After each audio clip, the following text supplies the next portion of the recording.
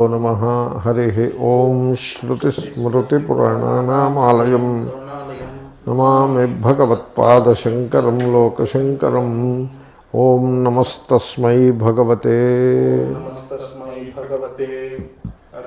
अर्हते सम्यक् सम्बुद्धाय पठताञ्च शतं गाथाः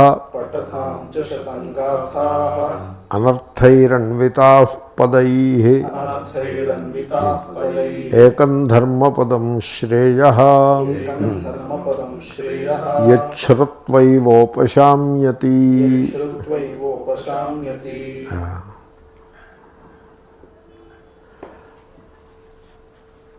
ఇక్కడ అభిప్రాయం ఏమిటంటే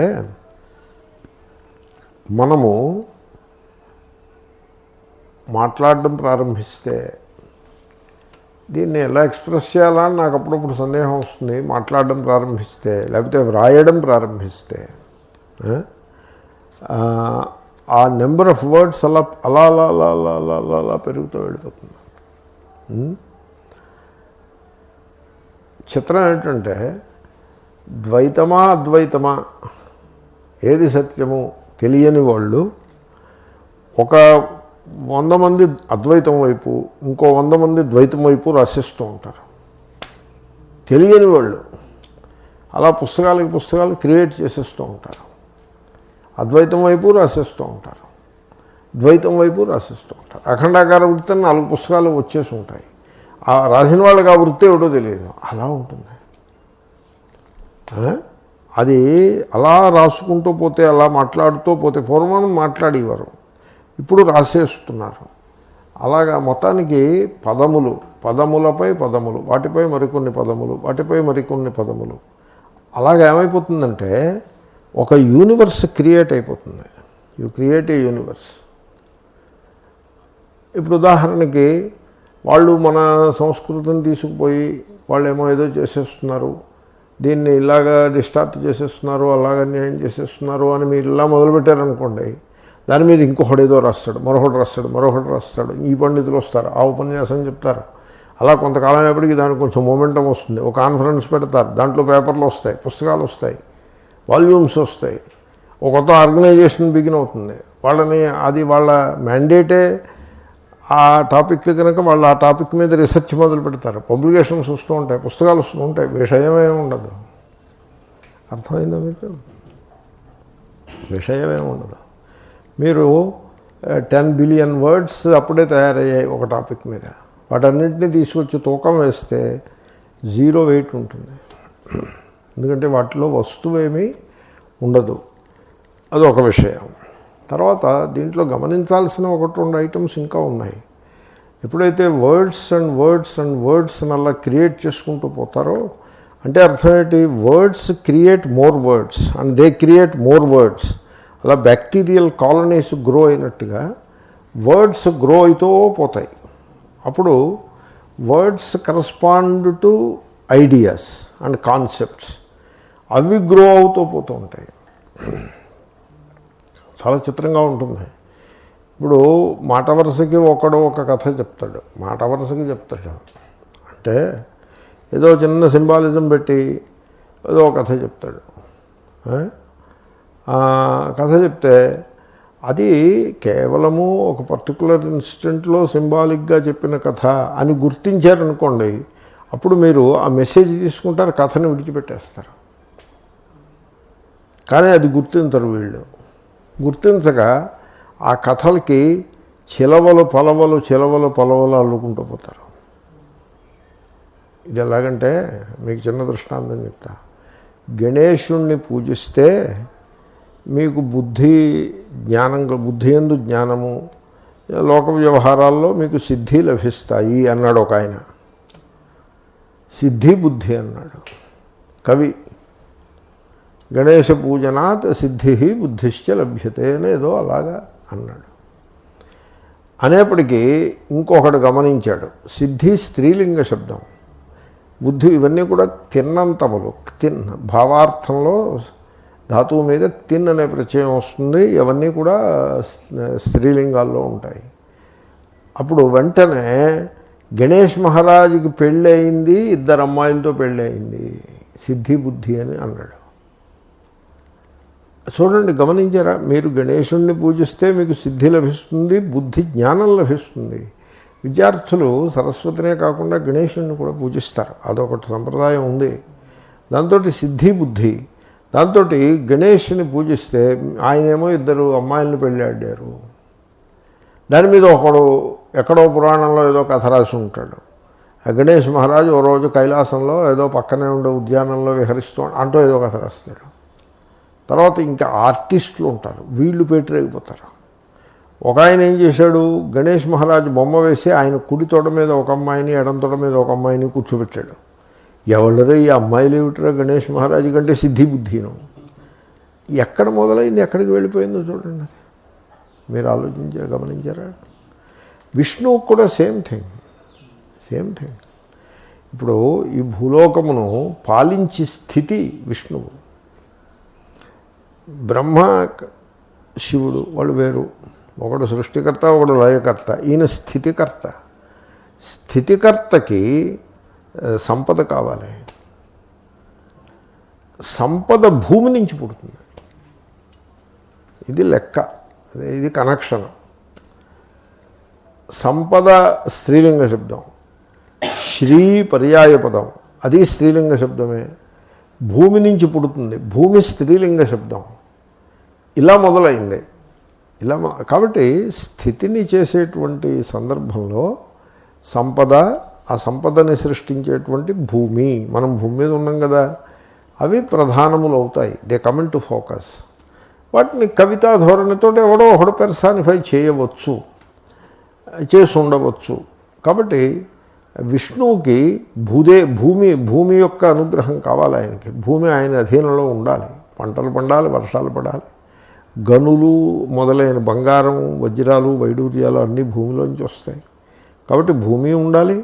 తర్వాత సంపద, అన్ని రకముల సంపద ఆయన అధీనంలో ఉంటే అప్పుడే ఆయన స్థితిని చేయగలుగుతాడు.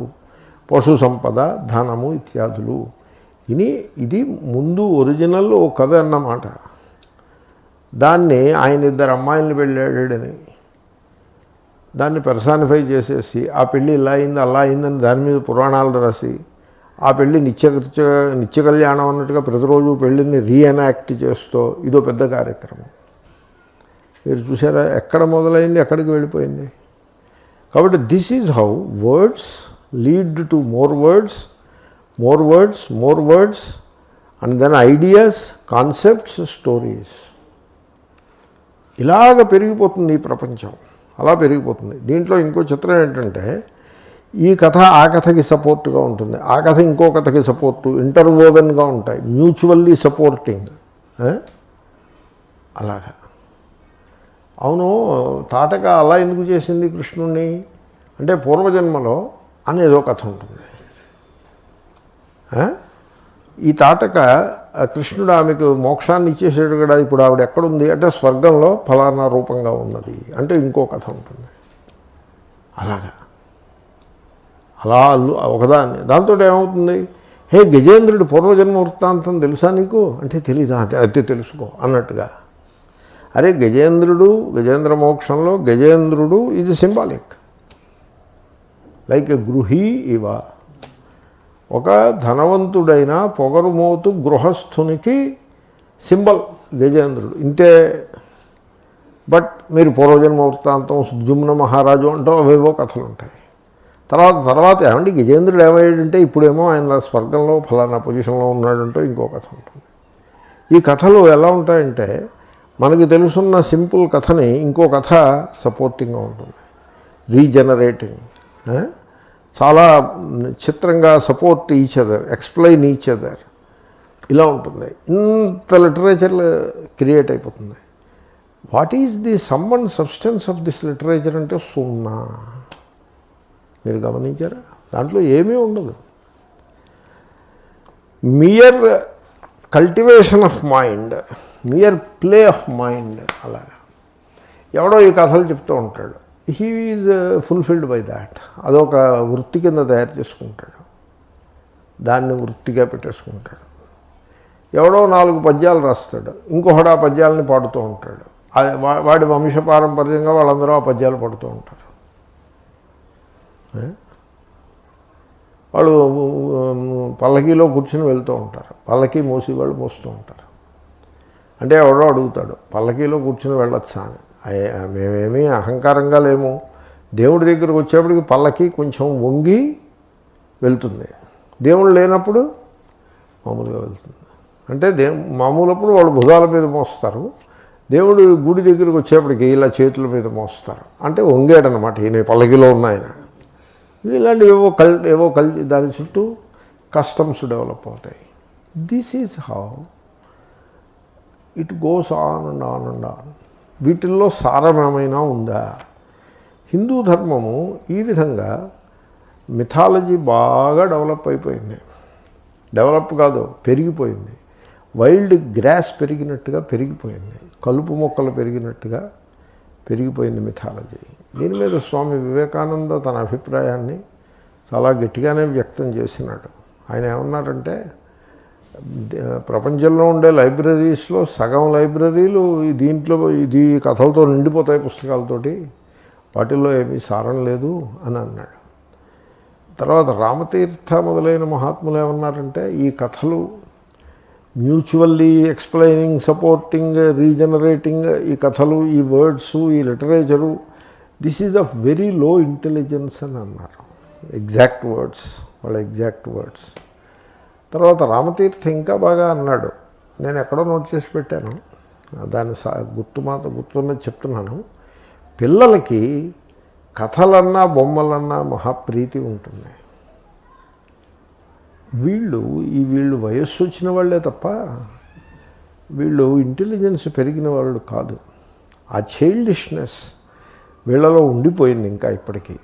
అంచేతే బొమ్మలు కథలు తోటి నడిపిస్తూ ఉంటారు. బొమ్మల పెళ్ళిళ్ళని మా చిన్నప్పుడు ఓ మాట ఉండేది. వీళ్ళు పెద్దవాళ్ళు చేసేది కూడా బొమ్మల పెళ్ళిళ్ళే చేస్తూ ఉంటారు. అసలు దాని పేరే బొమ్మల పెళ్ళిళ్ళు, పేరే. అలాగా ఆ లిటరేచరు, ఆ కస్టమ్సు, రిచువల్సు అలా పెరిగిపోతూ ఉంటాయి. ఇదంతా కూడా ఏమీ సారము లేనిది అని భగవాన్ బుద్ధుడు ఆనాడే హెచ్చరిక చేసినాడు.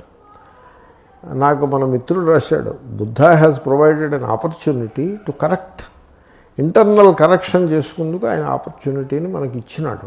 మనం ఇంటర్నల్గా కరెక్ట్ చేసుకోవచ్చు, కానీ మనం ఆ ఆపర్చునిటీని మనం వినియోగించుకోలేకపోయినాము.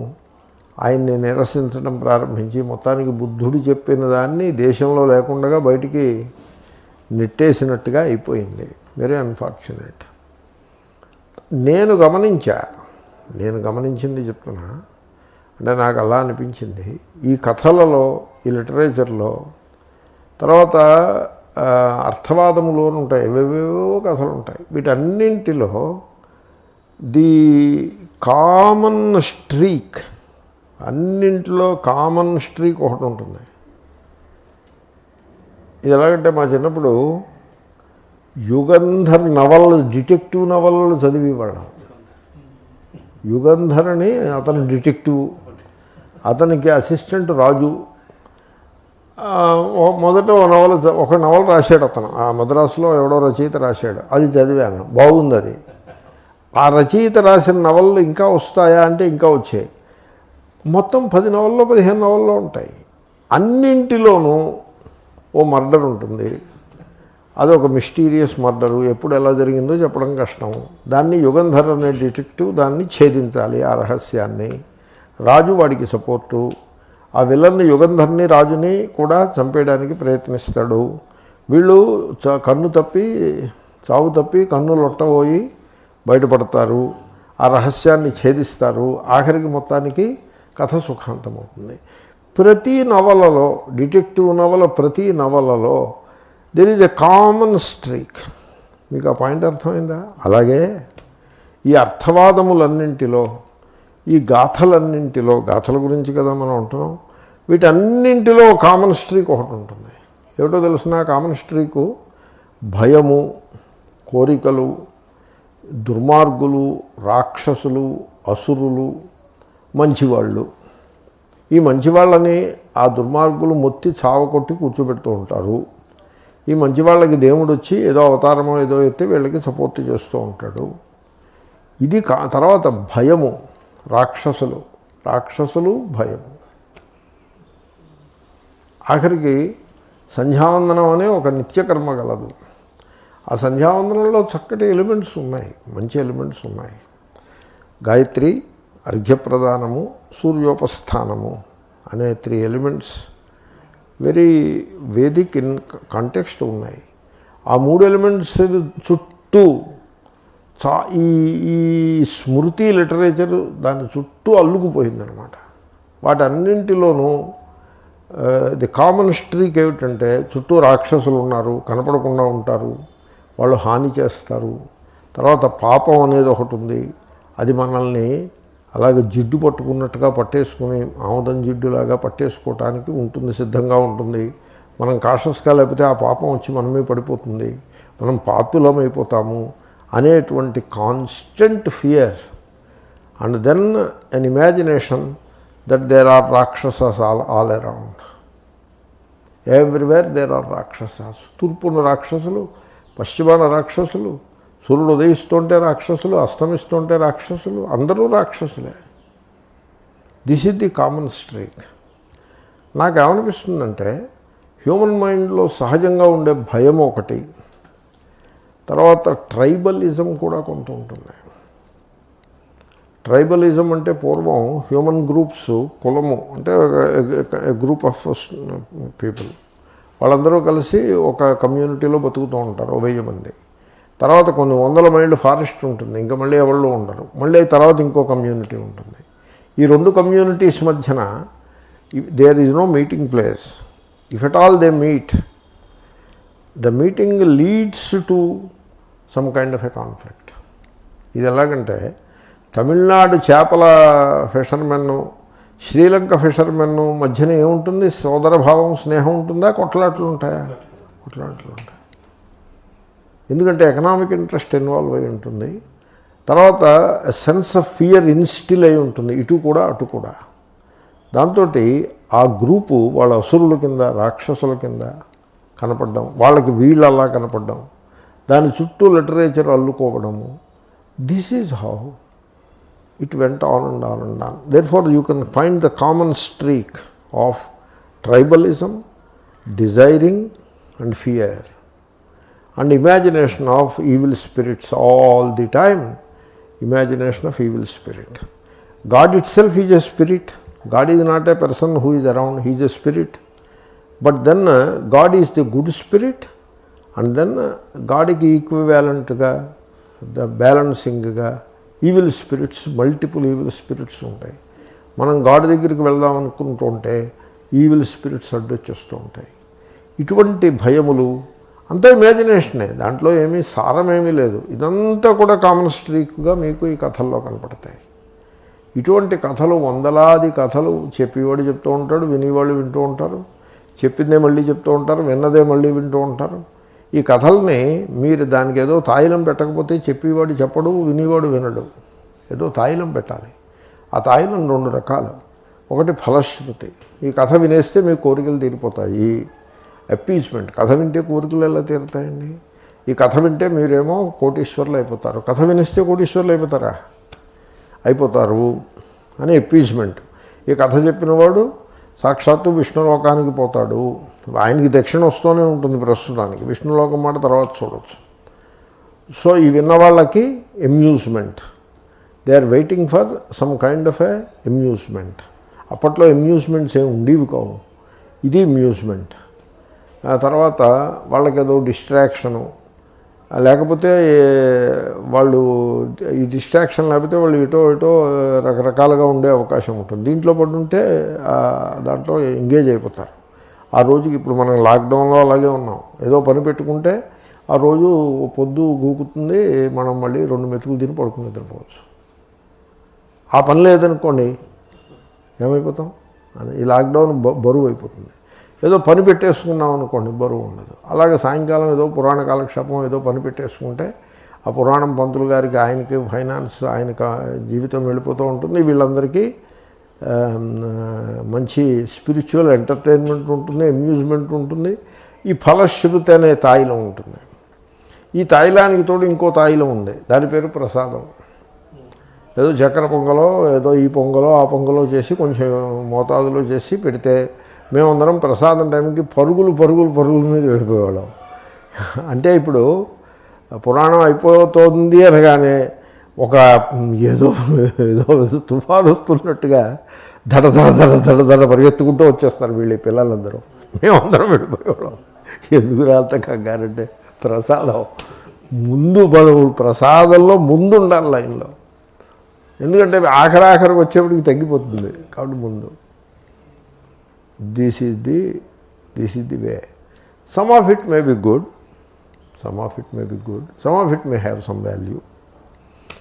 అంటే కొంతమంది ఇన్స్పైర్ అయ్యే అవకాశం ఉంటుంది, అకేషనల్లీ గుడ్ స్టోరీ ఉండే అవకాశం ఉంటుంది, దాంట్లో గుడ్ మెసేజ్ ఉండే అవకాశం ఉంటుంది, దాని మీద కొంతమంది ఇన్స్పైర్ అవుతారు, కొంత సాహిత్యం డెవలప్ అవుతుంది, భాష పటిష్టం అవుతుంది, భాషకు అలంకారాలు వస్తాయి. ఇలాంటివి కొన్ని బెనిఫిట్స్ కూడా ఉంటాయి. కానీ బెనిఫిట్స్ కంటే లాస్ ఎక్కువ దీంట్లో. హ్యూమన్ మైండ్ బాగా కరప్ట్ అయిపోతుంది. బుద్ధుడు ఆ మాటే చెప్తున్నాడు. మీకు అర్థమైంది పాయింట్? పఠతాం చ శతం గాథాః అనర్థైః అన్వితాః పదైః ఏకం ధర్మపదం శ్రేయః యత్ శ్రుత్వా ఏవ ఉపశామ్యతి. శతం చ వందలాది గాథాః గాథలను అనర్థై అర్థం పర్థం లేని పదై పదములతో అన్వితాః కూడియున్న గాథాః గాథలను, అది ద్వితీయ బహువచనం. పఠతాం పఠించేవారికి ఏకం ఒక్క ధర్మపదం, ధర్మమును చెప్పే మాట, శ్రేయ శ్రేయస్కరము.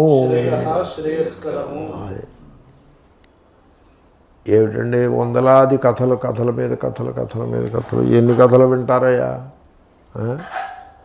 మహాభారతం అంతా దాని నిండా కథలు ఉన్నాయి, చదివాం. ఉత్తర హరివంశం చదవలేదు, అది కూడా దాంట్లో ఇంకేవో కథలు ఉంటాయి. నారద పురాణం చదవాలి, ఇంకేవో కథలు ఉంటాయి. ఉపపురాణాలు ఉంటాయి, వాటి నిండా కథలు ఉంటాయి. పురాణాలు ఉంటాయి, వాటి నిండా కథలు ఉంటాయి. ఇవి చాలనట్టు స్థల పురాణాలు ఉంటాయి, వాటి నిండా కథలు ఉంటాయి. అరేబియన్ నైట్స్, బృహత్ కథాసాగరం, ఏవో కథలు. మతం పేరుతో వచ్చిన కథలు హిందూ సమాజంలో కోకొల్లలు అలాగ వందలాది కథలు.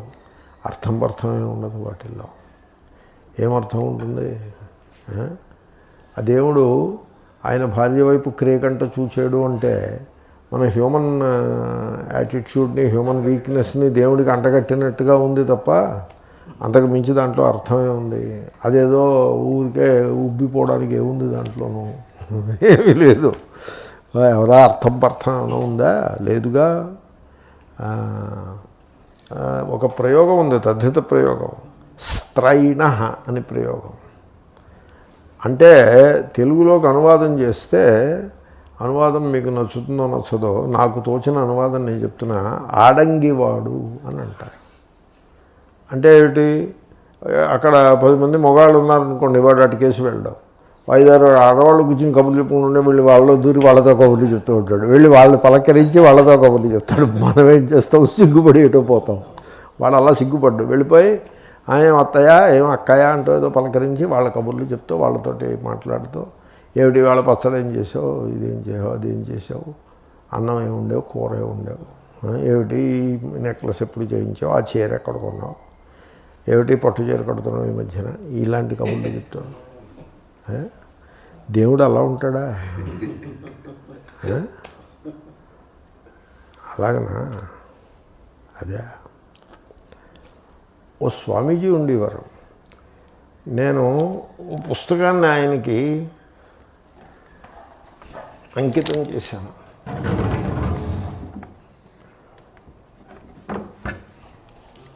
చాలా గొప్ప మహాత్ములైన ప్రకాశానంద యతీంద్రులని నేను కొంత ఇన్స్పైర్ అయ్యాను ఆయనతోటి. నేను ఈ రచనను నా గురువులు శ్రీ శ్రీ శ్రీ పరిపూర్ణ ప్రకాశానంద భారతీ మహాయతీంద్రుల వారి స్మృతికి అంకితము చేయుచున్నాను అని రాశాను. ఆయన పెద్ద పండితుడు, ఆయన చాలా విలక్షణమైన పండితుడు. ఆయన పాండిత్యంలో వైశిష్ట్యం ఏంటంటే సాంఖ్యశాస్త్రాన్ని అంతనే ఆయన అధ్యయనం చేశాడు. మనకి తర్కం వ్యాకరణం చదివిన వాళ్ళు కనపడతారు తప్ప సాంఖ్యశాస్త్రం చదివిన సాంఖ్య పండితుడు మీకు ఎక్కడ కనపడతాడు? కనపడ్డావు. ఆయన సాంఖ్యశాస్త్రాన్ని బాగా అధ్యయనం చేసి సాంఖ్యశాస్త్రం మీద ఒక పుస్తకం కూడా రాశారు. ఆయన సాంఖ్య కౌముది అని ఒక పుస్తకం రాశారు. వ్యాకరణంలో సిద్ధాంత కౌముది అన్నట్టుగా సంస్కృతంలో చాలా నిఖార్సైన పుస్తకం, మంచి గొప్ప పుస్తకం. అది ఎవరికి తెలియదు. ఎందుకు తెలియదు? పండితులకు కూడా తెలియదు. ఎందుకు తెలుసునా? సాంఖ్యం ఎవడు చదవడు. ఆయన ఈ కథల్ని, ఈ స్టోరీలని, వాటిల్లో ఉండేటువంటి ఈ ఇరోటిక్ ఎలిమెంట్స్ ఏవో ఉంటాయి చూడండి, వాటిని దుయ్యబట్టివారు ఆయన. అబ్బో, మళ్ళీ వివేకానంద దిగొచ్చాడు అన్నట్టు ఉండేవారు ఆయన. దుయ్యబట్టడంలో అలా కాదు. ఏమిటిరా అది? దేవుడేనాది? అదే అలా ఉంటుందా దేవుడు? మీరేమో వేదాంతం చదివానంటారు, తత్వం చెప్తూనే ఉంటారు, ఇదేనా అని దుయ్యబట్టేవాడు చాలా గట్టిగా. నాతోటి కూడా చెప్పాడు ఆయన. నేను కుర్రవాడిని అలా తలకాగుపుతో విన్నాను, విని ఆలోచించాను. ఆయన అన్న మాటలు విని ఆలోచించాను. అంతకుమించి ఏమీ చేయలేకపోయాను. ఇప్పుడు నాకు గుర్తొచ్చింది, ఈ కథలో అవి చాలా సందర్భంగా ఉంటాయి. ఓకే, వీటిని ఇలాగా వింటూ చదువుతూ పోయి కంటే ధర్మపదమును ఒక్కటి పట్టుకోను. ధర్మపదం నా వైరేణ వైరాణి శామ్యంతి. మొన్న నాకెవరికో ఏదో ఈమెయిల్ రాశారు. నేను ఆ ఈమెయిల్కి కొంచెం కరెక్ట్ ఈమెయిల్ రాద్దాము అని ముందు అనుకున్నా. వెంటనే నాకు ధర్మపదం గుర్తొచ్చింది. నా వైరేణ వైరాణి శామ్యంతి. అక్కడ నేను పాఠంలో ఏం చెప్పాను? ఎంటాగనిజం అనే మాట ఉపయోగించాను. అది ఉండొద్దని భగవంతుడు బుద్ధ భగవానుడు చెప్తున్నాడు అని మనం పాఠం చెప్పుకున్నాం.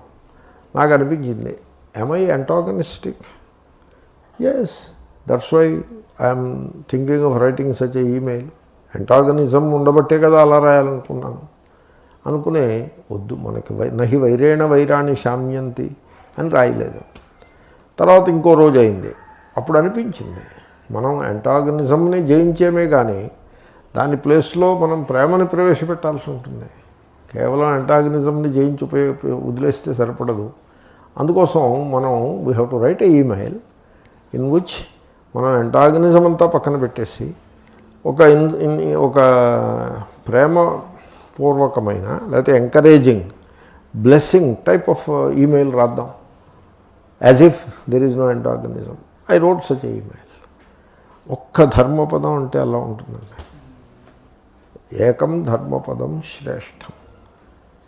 కాబట్టి ఒక్క మంచి మాట, ధర్మము, ఆత్మధర్మములకు సంబంధించిన ఒక్క మాటను పట్టుకుని దాన్ని మనం ఆచరణలో పెడితే సరిపడుతుంది. అప్పుడు ఏమవుతుంది? ఏ ధర్మపదమును శ్రుత్వైవా వింటూనే ఉపశామ్యతి, మనస్సు శాంతము అగును. అది అంటే దీని అభిప్రాయం ఏంటంటే, మీరు ఆలోచించుకోండి. నేను ఇంతకుముందే చెప్పి ఉన్నాను, మనల్ని పెద్దలు ఎలా పెంచారు, సమాజం ఎలా పెంచింది, కుటుంబం ఎలా పెంచింది అంటే ముద్ద మీద ముద్ద, ముద్ద మీద ముద్ద ఆహారం పెట్టి మనల్ని పెంచారు. అలాగే వర్డ్ మీద వర్డ్, పదం మీద పదము, వాక్యం మీద వాక్యము, కథ మీద కథ పెట్టి మన మతాల్లో అలా తయారు చేశారా లేదా? మన మతమే అక్కర్లా, ఇతర మతాలు కూడా అలాగే ఉన్నాయని అనుకోవచ్చు. ఇప్పుడు తిరుపతిలో అన్యమత ప్రచారం అయిపోతుంది అని ఒక ఇష్యూ ఉంది. ప్రభుత్వం కలుగజేసుకోవాలి అంటే అన్యమత ప్రచారం జరగకుండా ప్రభుత్వము పోలీసు లా వచ్చి మనకి హెల్ప్ చేయాలి అంటే అది మనం ఎంత నిర్వీర్యులమైపోయామో తెలియట్లేదు మీకు. ఏమంటే భారతదేశంలో పోలీసు వ్యవస్థ జ్యుడిషియరీ ఉన్నాయా? అవి వర్క్ చేస్తాయా? మీరు ఆలోచించండి. అమెరికాలో చాలా late response from the police. వాళ్ళకి ఒక క్రైమ్, ఒక తప్పు జరుగుతోంది, అక్కడ ఒక క్రైమ్ జరుగుతోంది అంటే చాలా లేట్ రెస్పాన్స్, 3.5 minutes. మొంటానా స్టేట్లో వాళ్ళకి 911కి ఫోన్ చేస్తే వాళ్ళ response time 3.5 minutes. That is recorded as the very late response. మన్హాటన్లో క్రైమ్ జరుగుతోంది అంటే response time 20 seconds. Shortest time in Manhattan, New York state. Longest time 3.5 minutes in Montana state. Police వచ్చేస్తాడు, police car వచ్చేస్తుంది, police వస్తాడు. వాడి దగ్గర hand gun ఉంటుంది, short gun ఉంటుంది, రైఫిల్ ఉంటుంది, మళ్ళీ బ్యాకప్ రెడీ టు కమ్ ఉంటుంది. ఒక ఆర్మీ వచ్చినట్టు వచ్చేస్తారు. క్రైమ్ జరగనివ్వరు. ఆ కల్ప్రిట్ని అక్కడికక్కడ పట్టేసుకుని చేతికి అరదండాలు వేసి పట్టుకుపోతారు. ఇండియాలో మీకు రెస్పాన్స్ టైం ఎంత ఉంటుంది? ఒక క్రైమ్ అవుతుంది అనుకోండి, రెస్పాన్స్ టైం ఎంత? ఎవరు వస్తారు రెస్పాన్స్? సైకిల్ మీద, పాత సైకిల్ మీద పోలీసు వెంకటస్వామి బొజ్జ ఆయన చేతిలో లాఠీకర్ర ఒకటి పట్టుకుని వస్తాడు. ఎప్పుడు వస్తాడు? మొన్నాడు వస్తాడు. అటువంటి పోలీసు వ్యవస్థ, లా. ఈవేళ కోర్టులో కేసు వేస్తే వీడి 3 తరాల తర్వాత దానికి జడ్జిమెంట్ వస్తుంది, పర్స్యూ చేస్తే. లేకపోతే అలాగా అది కాలగర్భంలో కలిసేపోతుంది ఆ కేసు. అటువంటి లీగల్ వ్యవస్థ వచ్చి మన మతాన్ని కాపాడాలి అన్యమత ప్రచారం నుంచి. How is that? పొలిటీషియన్స్ వచ్చి కాపాడాలి. పొలిటీషియన్స్ వాడు మసీదుకి వెళ్తే టోపీ పెడతాడు, చర్చికి వెళ్తే ఇంకోటి చేస్తాడు, దేవాలయానికి వస్తే మరొకటి చేస్తాడు. వాళ్ళు ఏ ఎండకాయ గొడుగు పడతారు. వాళ్ళు వచ్చి మన కాపాడాలి, మన మతాన్ని వీళ్ళు కాపాడాలి. ఈ ముగ్గురు, politicians, police and legal law and order, law వచ్చి కాపాడాలి. అన్యమత ప్రచారం జరగకుండా కాపాడాలి. మరి మనం ఏం చేస్తాం? What we do? మీకు నా పాయింట్ అర్థమైందా? మతం ఇలా నిర్వీర్యం అయిపోవడానికి కారణం ఏమిటంటారు? నాకు అనిపిస్తుంది ఆ ధర్మపదం లోపించిందని అనిపిస్తుంది. ఆ ఏకం ధర్మపదం లోపించడం చేత మనము ఈ అర్థం పర్థం లేని కథలకు, కాకరకాయలకు అలవాటు పడిపోయి ఆ విధంగా we lost the power to think. We do not know how to think. మీరు ఆలోచించడం ప్రారంభిస్తే you go beyond the thought process and then there is freedom. ఆ ధర్మపదం అలాగా ఒక పదం తీసుకుని ఆలోచించడం ప్రారంభిస్తే నహి వైరేణ వైరాణి శామ్యంతి. మీరు దాని మీద ఆలోచించండి. ఆలోచించడం ప్రారంభిస్తే వాడు ఇలా చేశాడు, నేను ఇలా చేశాను, వాడి తప్పు, నాది రైటు, ఆ థాట్ ప్రాసెస్ ఉంది చూసారా, you go beyond that. And then there is freedom. Freedom from antagonism. ఒక ధర్మపదం దృష్టాంతం చెప్తున్నా. That is how it happens. ఆ ఫ్రీడంలో ఒక క్రియేటివ్ ఎక్స్పీరియన్స్ ఉంటుంది. సో కాబట్టి ఆ రకంగా మనము ధర్మపదమును పట్టుకోవాలి తప్ప ఈ కథలు, కాకరకాయలు దీంట్లో ఏముందండి, సారమేమున్నది అని అంటున్నాడు. మనం ఆ విధంగా ఆ శ్లోకాన్ని అర్థం చేసుకోవచ్చా? పఠతాంచ శతం గాథాః అనర్థైరన్వితాః పదైః ఏకం ధర్మపదం శ్రేయః యచ్ఛ్రుత్వైవోపశామ్యతి. సహస్రాణి సహస్రాణాం సంగ్రామే యో నృణాం జయేత్ తస్మాదప్యుత్తమో యోద్ధా యో జేయస్వాత్మజిద్యుధి. అది మహాభారత యుద్ధము. అది హిస్టారిక్, సరే హిస్టారిక్కే. భగవద్గీత దగ్గరికి వచ్చారు. Bhagavad Gita historic, yes historic. యుద్ధరంగంలో శ్రీకృష్ణుడు అర్జునుడికి చెప్పినాడు. ఓకే. అయితే భగవద్గీతను చదివేటప్పుడు ఆ మొత్తం ఉపదేశమును, ఆ యుద్ధము, వాళ్ళ మధ్యన కావేశములు, ఒకళ్ళను ఒకళ్ళు సర్వనాశనం చేయాలనేటువంటి పట్టుదల, ఆ యుద్ధ వాతావరణం ఏదైతే ఉందో, ఆ మహాభారత యుద్ధ వాతావరణం. దుర్యోధనుడు ఒకవైపు 11 అక్షౌహిణీలతో పాండవులను మట్టిలో కలిపేయటానికి సిద్ధంగా ఉన్నాడు, సంసిద్ధుడై ఉన్నాడు. He is doing everything in that direction.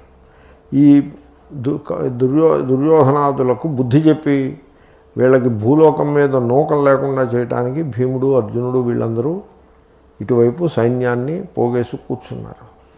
ఆ వాతావరణము, ఆ ద్వేషము, కావేశము, కక్షలు, అప్పుడు ఇలా చేసావు, అప్పుడు విషం పెట్టావు, అప్పుడేమో ఇది చేసావు, దానికి ఇది శిక్ష అంటూ ఆ పగ, అది వాతావరణం. అవునా? ఆ వాతావరణం, ఆ కాంటెక్స్ట్ యొక్క దృష్టికోణంలో త్రూ దట్ ప్రిజం మనం భగవద్గీతను చదవాలా? లేకపోతే ఆ context, you rise above that context, leave the physical details of the context behind. Okay. Go into the metaphor and the spirit. ఎలాగా? మెటఫర్ ఏమిటి? ఇది యుద్ధం ఇక్కడ జరుగుతోంది. ఇక్కడ సత్వగుణ ప్రధానమైన సంకల్పములకు, రజస్తమో గుణ ప్రధానమైన సంకల్పములకు మధ్యనే యుద్ధం జరుగుతోంది. It is a battle going on in this human heart. కేవలము మహాభారత యుద్ధము దానికి సంకేతము. కాబట్టి you rise above the physical and historic and on the ground aspect of Mahabharata war, rise above that and go to the metaphor of it, go to the metaphorical reading, and go to the spirit, and then study Gita. This is the message. మనకి శంకర భగవత్పాదులు ఈ message ఇచ్చారు. నేను చాలాసార్లు point out చేశాను. ఈ message మీకు శంకరాచార్యులు ఇస్తున్నారు, మీరు గమనించండి. ఆయన మొదటి అధ్యాయానికి 2వ అధ్యాయం 10 శ్లోకాలకి ఆయన వ్యాఖ్యానం రాయలేదు. పైగా అంటే 11 నుంచే రాయడం మొదలుపెట్టారు. పైగా ఆ మొదటి అధ్యాయము 2వ అధ్యాయం 10 శ్లోకాల్లో మనం తెలుసుకోవాల్సింది కేవలం ఇంత మాత్రమే. అదేమిటంటే అర్జునుడు పలు కారణములచే శోకమోహములకు విక్టిమై ఉన్నాడు అని చెప్పేసి ఒక్క సెంటెన్స్లో ఆయన కంక్లూడ్ చేసేసారు. ఇది మనం నేర్చుకోవాలా అక్కర్లేదా దీన్ని?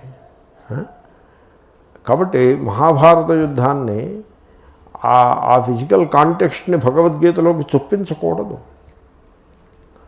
భగవద్గీతలోకి దాన్ని చొప్పించారనుకోండి, అప్పుడు ఎలా ఉంటుంది? ఇప్పుడు now Gita is under to be has to be under, ఒక పర్టికులర్గా దాన్ని మనం అర్థం చేసుకోవాలి. ఎలాగా? వీళ్ళు మనకి శత్రువులు, ఈ శత్రువులతో మనం యుద్ధం చేయడానికి భగవద్గీత మనకి సపోర్ట్ ఇస్తుంది అన్నట్టుగా మీరు దాన్ని అధ్యయనం చేసుకోవాలి. ఆ లెవెల్లోకి దాన్ని తెచ్చుకోవాలి. అది అలా వచ్చేందుకు అనుకూలంగా ఉందా ఆ గీత? అలా ఎమినబుల్గా ఉందా? Can you interpret it that way? You cannot. On the other hand ఆ మహాభారత యుద్ధరంగము మెటఫర్, అది మానవుని హృదయమే మహాభారత యుద్ధరంగము. ఇక్కడ 3 గుణముల మనస్సు గలదు, సత్వరజస్తమో గుణాత్మకము. సాత్వికమైన ఆలోచనలు అందరికీ ఉంటాయి. మర్డర్ చేసి జైలు లోపల మ్రగ్గుచున్నవానికి కూడా సాత్వికమైన ఆలోచనలు ఉంటాయి. యజ్ఞయాగాదులు చేసి దేవుణ్ణి నిత్యం పూజించుకునేటువంటి మహర్షికి కూడా రాజస తామస తలంపులు ఉంటాయి. దీంట్లో ఈ 3 గుణములు లేనివాడు ఎవడూ లేడు. దేనికి ఎంత ప్రాముఖ్యమనే ముఖ్యం. ఆఖరికి ఇది ఏ లెవెల్కో చెప్పారంటే దేవుడి దగ్గర కూడా రజస్సు తమస్సు ఉంటుందన్నారు. మాయాశక్తి అంటే శుద్ధ సత్వ ప్రధాన అని చెప్పారు. జీవుడి దగ్గర కూడా సత్వం ఉంటుంది, మలిన సత్వ ప్రధాన అవిద్య అని చెప్పారు. ఇదికే పర్సంటేజ్ డిఫరెన్స్ తప్పిస్తే క్వాలిటేటివ్గా అందరూ same. It is only quantitative different, degree డిఫరెన్సే, క్వాలిటీ అందరూ సేమే. కాబట్టి మానవుని హృదయమే ఒక యుద్ధరంగము. ఇక్కడ మంచి చెడుల యుద్ధము జరుగుతున్నది. ఈ లోకంలో 2 మతములు ఉన్నాయి, మంచి చెడు. అందరూ ఈ 2 మతములకు చెంది ఉన్నారు. ప్రతివాడిలో మంచి అనే మతము ఉన్నది, చెడు అనే మతము ఉన్నది. ప్రతి హృదయంలో ఈ రెండింటి మధ్య విరోధము, యుద్ధము ఎప్పుడూ నడుస్తూనే ఉంటుంది. ఈ యుద్ధంలో మనం విజయాన్ని సాధించాలి. అది భగవద్గీత యొక్క సందేశం. అంతేగాని భగవద్గీత యొక్క సందేశము సమాజం లోపల, కుటుంబం లోపల 2 ముక్కలుగా విడిపోయి ఒక ముక్క ఇంకో ముక్కతో పోరాడమనో, కమ్యూనిటీ లోపల 2 ముక్కలుగా విడిపోయి ఒక ముక్క ఇంకో ముక్కతో పోరాడాలనో, లేకపోతే ప్రాంతముల మధ్య పోరాటమనో, దేశముల మధ్య పోరాటమనో, అలాగ పోరాటాలను సమర్థిస్తూ మనం ఈ వైపు ఉండి శ్రీకృష్ణుడు గీత వీటి నుంచి ఇన్స్పిరేషన్ తెచ్చేసుకుని శత్రువులపై యుద్ధం చేసుకుంటూ పోవాలి అనే కాంటెక్స్ట్కి వచ్చిందా Bhagavad Gita? Is that the context? It is not the context. Better you don't use Gita in that context while teaching Gita to the students. ఆ యుద్ధరంగాన్ని సరిగ్గా అర్థం చేసుకోవాలి. నేను ఇంతలా ఎందుకు చెప్పాల్సి వస్తుందంటే, ఈనాటి వరకు కూడా ఇన్ని సంవత్సరాల నుంచి వేదాంతం చూస్తున్నా వింటున్నా, ఈ country club Vedanta or the Khan market gang of Vedantans, including the students and acharyas, they are trying to interpret Gita as a factual battle between us versus them.